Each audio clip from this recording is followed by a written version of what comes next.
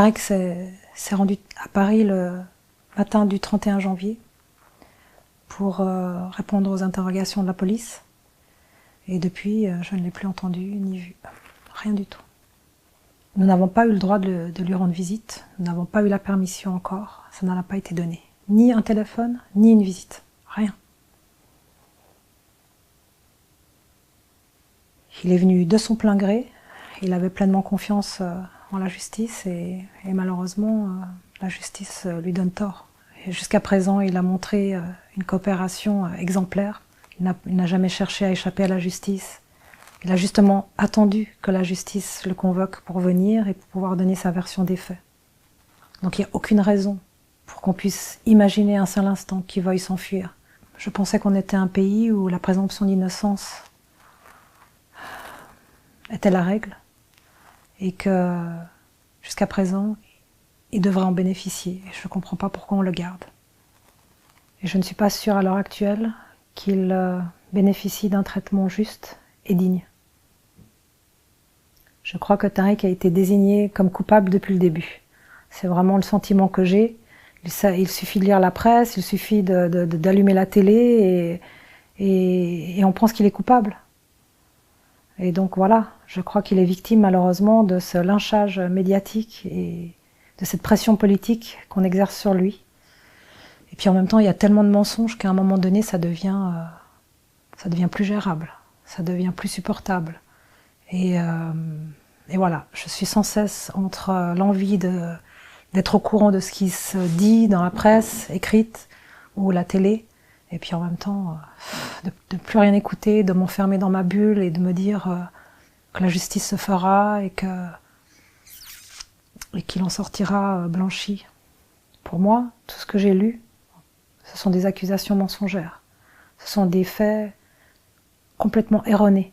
Ça ne représente absolument pas, par exemple, le portrait qu'on fait de mon mari ne correspond absolument à rien de ce qu'on connaît de lui, de ce que je connais de lui, de ce que sa famille connaît de lui, de ce que les gens qui le connaissent véritablement savent de lui.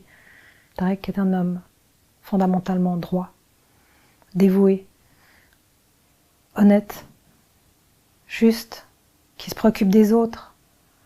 Et de le voir traité de cette façon, c'est pour moi très douloureux.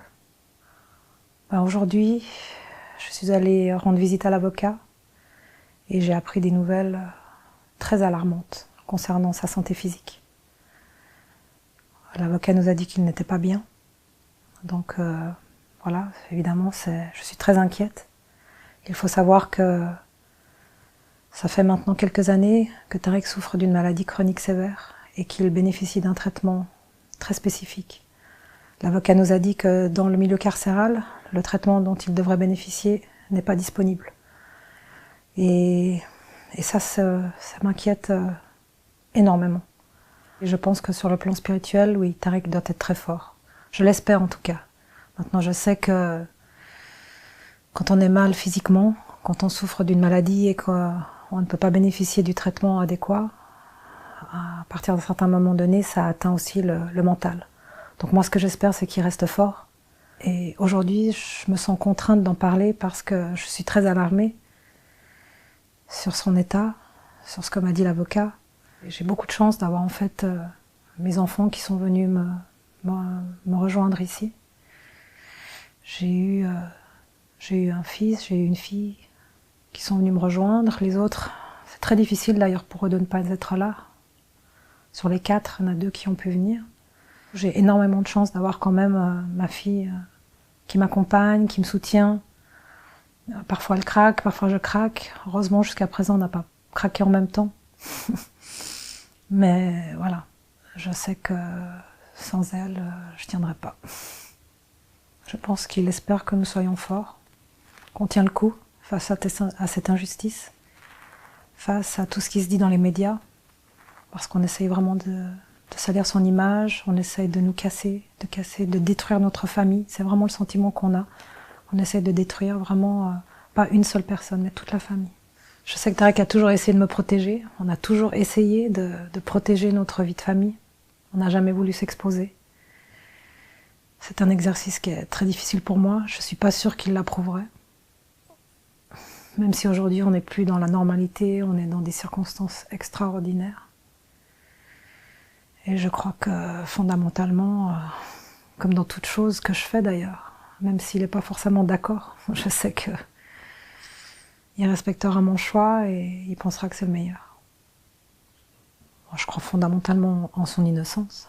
Donc dans une histoire de viol, si sa femme n'est pas à côté de lui, c'est insupportable en fait. Et donc pour moi c'est une évidence d'être là. Et c'est un honneur de l'accompagner aujourd'hui comme ça l'a toujours été en fait. Ce que j'aimerais, c'est qu'on le traite dignement, qu'on fasse valoir cette présomption d'innocence. Donc j'aimerais qu'il puisse être libre jusqu'à son procès, pour qu'il puisse assurer sa défense sereinement et dans d'autres conditions que dans lesquelles il est maintenant.